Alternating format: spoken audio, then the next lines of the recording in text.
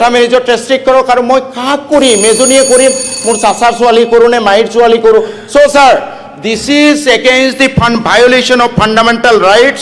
I do not know anything about Sharia law. This is violation of fundamental rights of the Piyush Hazarika Dangoriya 44 কথা ক'লে আমাৰ ডিফলু ৰঞ্জন ডাঙৰীয়াই মেণ্ডেটৰ কথা ক'লে mandate যিয়ে নহওক you can not override this book আপোনালোক fundamental right is justiciable and directive principle is not justiciable. What has been written in fundamental rights? It is all persons are Article 25 all persons are equally entitled to freedom of conscience and the right freely to profess, practice and propagate religion. Restrict to one marriage, but how this government can interfere with my practice and propagating religion? How it can allow remarriage of a divorced wife? How it can prohibit me marrying my brother's, my uncle's daughter? How it can? It cannot. These are against the Quranic verses. গতিকে মাননীয় অধ্যক্ষ মহোদয় এই যে যেটো মই 100% মই ভাবিছিলো ইউনিফর্ম সিভিল কোডটো মই সাপোর্ট কৰিম এটো it will be restricted to one marriage that was a very good intention কিন্তু ইয়াত এনেকুৱা কিছু আননেসেসাৰি প্ৰভিজন ৰিমেৰি এটো লৈ কিয় কুৰানক ভায়োলেট কৰিব কৈছে এটা ম্যাৰেজত ৰেষ্ট্ৰিক্ট কৰক কৰিব কৈছে আপুনি আপোনাৰ ম্যাৰেজ এটা মেৰিজত ৰেষ্ট্ৰিক্ট কৰক আৰু মই কাক কৰিম এজনীয়ে কৰিম মোৰ চাচাৰ ছোৱালী কৰোঁ নে মাইৰ ছোৱালী কৰোঁ so' sir this is against the violation of fundamental rights I do not know' anything about Sharia law. This is violation of fundamental rights of the Constitution, violation of Article 25, violation of Article 26, which has been these rights are guaranteed by the Constitution. So,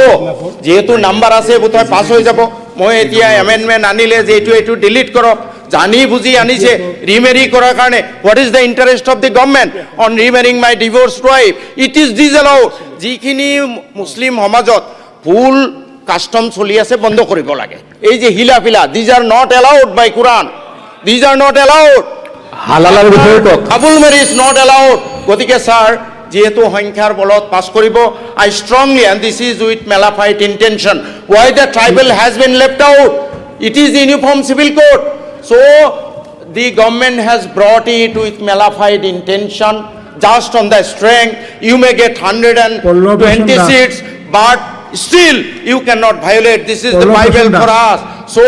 in protest against this political malified intention I don't walk out sir thank you মাননীয় অধ্যক্ষ মহোদয় আপোনাক ধন্যবাদ কৃতজ্ঞতা জ্ঞাপন কৰিছোঁ আজিৰ দিনটো আমাৰ বাবে এক ঐতিহাসিক মুহূৰ্ত আজিৰ দিনটো সোণালী আখৰে লিপিবদ্ধ হ'ব অসমৰ বিধানসভা কাৰণ অসমৰ মাননীয় মুখ্যমন্ত্ৰী ডক্টৰ হিমন্ত বিশ্ব শৰ্মা ডাঙৰীয়াই যি এক সংকল্পক বাস্তৱ ৰূপ দিবলৈ আজি যি ইউনিফৰ্ম সিভিল কোডৰ জৰিয়তে অসমৰ প্ৰগতি উন্নয়নৰ লগতে মহিলাসকলক সুৰক্ষিত কৰাৰ প্ৰয়াস কৰিছে নিশ্চিতভাৱে আমি সৌভাগ্যৱান যে আজিৰ এই বিতৰ্কত আমি অংশগ্ৰহণ কৰিবলৈ সুবিধা পাইছোঁ আমি সকলোৱে জানে যে সকলোৰ সম অধিকাৰৰ প্ৰয়োজনীয়তা ন্যায় কৰাটো এখন চৰকাৰৰ দায়িত্ব আৰু মাননীয় মুখ্যমন্ত্ৰী মহোদয়ে নিৰ্বাচনৰ প্ৰাক মুহূৰ্তত এই পবিত্ৰ বিধানসভাতে তেওঁ কৈছিলে যে মই ইউচিচিখন যদি মই পুনৰবাৰ মুখ্যমন্ত্ৰী হৈ আহোঁ তেতিয়াহ'লে এখন ইয়াত উপস্থাপন কৰিম আৰু ৰাইজে তাৰ বাবে সমৰ্থন কৰিলে আৰু সেইবাবে অভূতপূৰ্ব সমৰ্থনেৰে পুনৰবাৰ চৰকাৰখনক আৰু তেখেতক মুখ্যমন্ত্ৰী হিচাপে দায়িত্ব দিছে যিভাৱে আজি এই ইউচিচিৰ প্ৰথম অধিৱেশনতে আমি পাৰিত কৰিবলৈ ওলাইছোঁ মাননীয় মুখ্যমন্ত্ৰী মহোদয়ৰ যি দূৰদৰ্শী চিন্তা তাত আমি সকলোৱে খুব আন্তৰিকতাৰে তেখেতক ধন্যবাদ আৰু কৃতজ্ঞতা জ্ঞাপন কৰিছোঁ এতিয়া য'ত আৰ্টিকল 25ৰ কথা কৈছে যে আমাক আৰ্টিকল 25 তাত আমাৰ ইয়াত অধিকাৰ খৰ্ব হৈছে কিন্তু আৰ্টিকল 25 এবছলুট নহয় অধ্যক্ষ মহোদয় যদি আৰ্টিকল 25 26 আমি যদি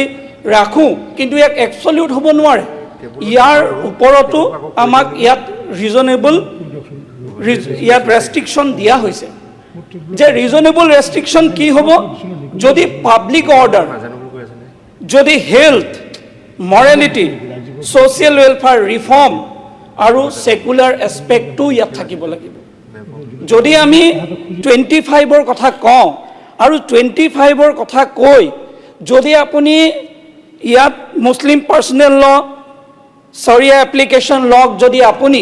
ইমপ্লিমেণ্ট কৰিবলৈ গৈছে তো এইটো কনফাইন টু ক'ত আপুনি গোটেই ৰাজ্যখনত ইয়াক ব্যৱহাৰ কৰিব নোৱাৰিব আজি চাওক যি এই আইনৰ দ্বাৰা পৰিচালিত হোৱাৰ পিছত মাননীয় মুখ্যমন্ত্ৰী মহোদয়ে এটা টুইট দিছে সেই টুইটত আমি যদি সকলোৱে চাওঁ তাত যদি আমি দেখা পাওঁ যে হেল্থ ইছ্যুটো আপুনি যদি কনচিডাৰ কৰে